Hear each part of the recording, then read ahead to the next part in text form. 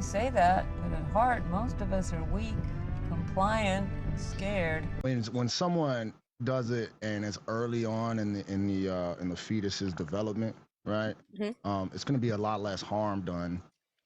Things that are less harmful. They're not going to feel as much pain. Huh? What you're saying, they're not going to feel as much pain, basically. Sure, that along with the family aspect, right? People haven't met the child yet. They haven't, that would severely damage a lot of the other people's emotions. Okay. So let me ask you a hypothetical. So let's it's just say a reduction of harm. Not really.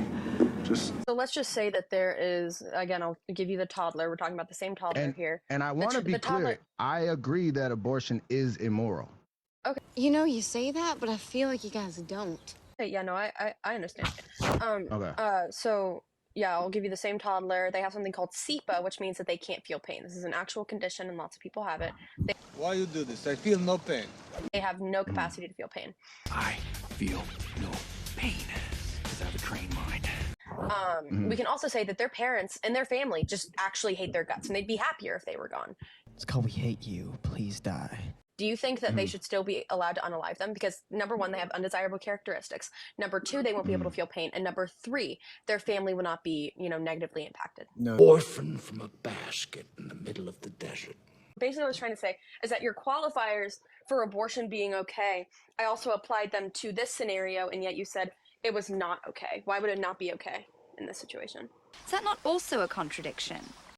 Because one would be a schmurder, and the other one wouldn't. Well, that's just appealing to legality. You don't have to appealing to legality, yeah. No. Well, not in the legal sense.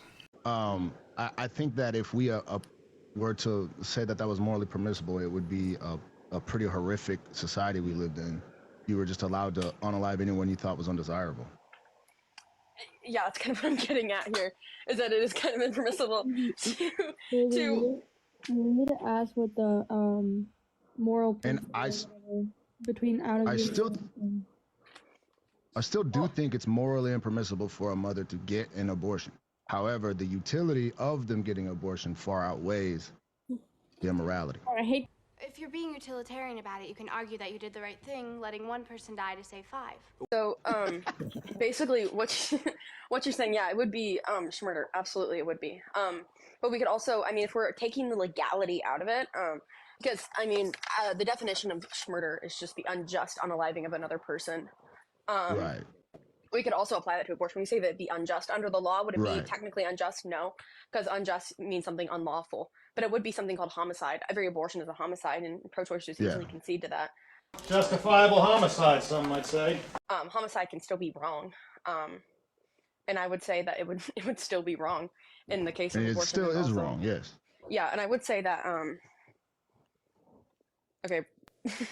Yeah, I would say, it would still be wrong to have an abortion, correct? So what would make it not okay to have an abortion? So what metric would it be positive utility? Try to think of this in terms of maximum utility. What do you mean? Like, how would you quantify positive utility? If it creates more good than it does harm. Can you prove that?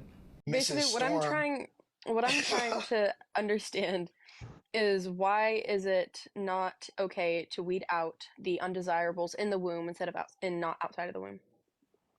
But in the end, what is the difference, Now, So it's still not okay, right? But it's all about. But why would you allow it? Why would you allow it though? The why though? That I've got. Because it's like utility. Under your moral framework. Well, the utility would be the same if we did it to people who are like born, but we don't do that. No, because then it would be someone deciding whether or not you're undesirable and then taking your life, right? Is that not what a mother's doing when she has an abortion? Your logic fell apart. Right, yeah. She's not deciding, yeah. Yeah. But that would bring in a very tough place for everyone to live if it was morally permissible for people to unalive their neighbors and things like that, right? Well, it would be okay because at least we're getting the undesirables out, right? Right. But who's to decide who is undesirable and who is not, right? Exactly. What I said was... Of course not. No, but your logic does. Right, what I said is everyone should get the choice because undesirables do get caught in the net. Wait, what did you say? So that's not my position that you're attacking right now. You're strawmanning me again. Listen to yourself. No, I'm trying to understand. No, I'm just pointing out critiques with your stance. Okay, yeah, so I agree with you. No, you're making a different stance and critiquing that. No, I'm saying that your stance, right? I'm asking why you wouldn't apply that to born people. And that if you don't apply that to born people, why?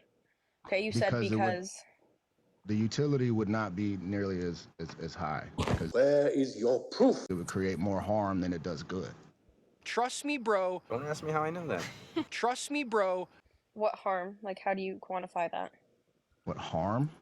Yeah, I mean, if it's the undesirables, but if it's for the good of society, if it's for the good of society, right? And the more that we allow these people... society.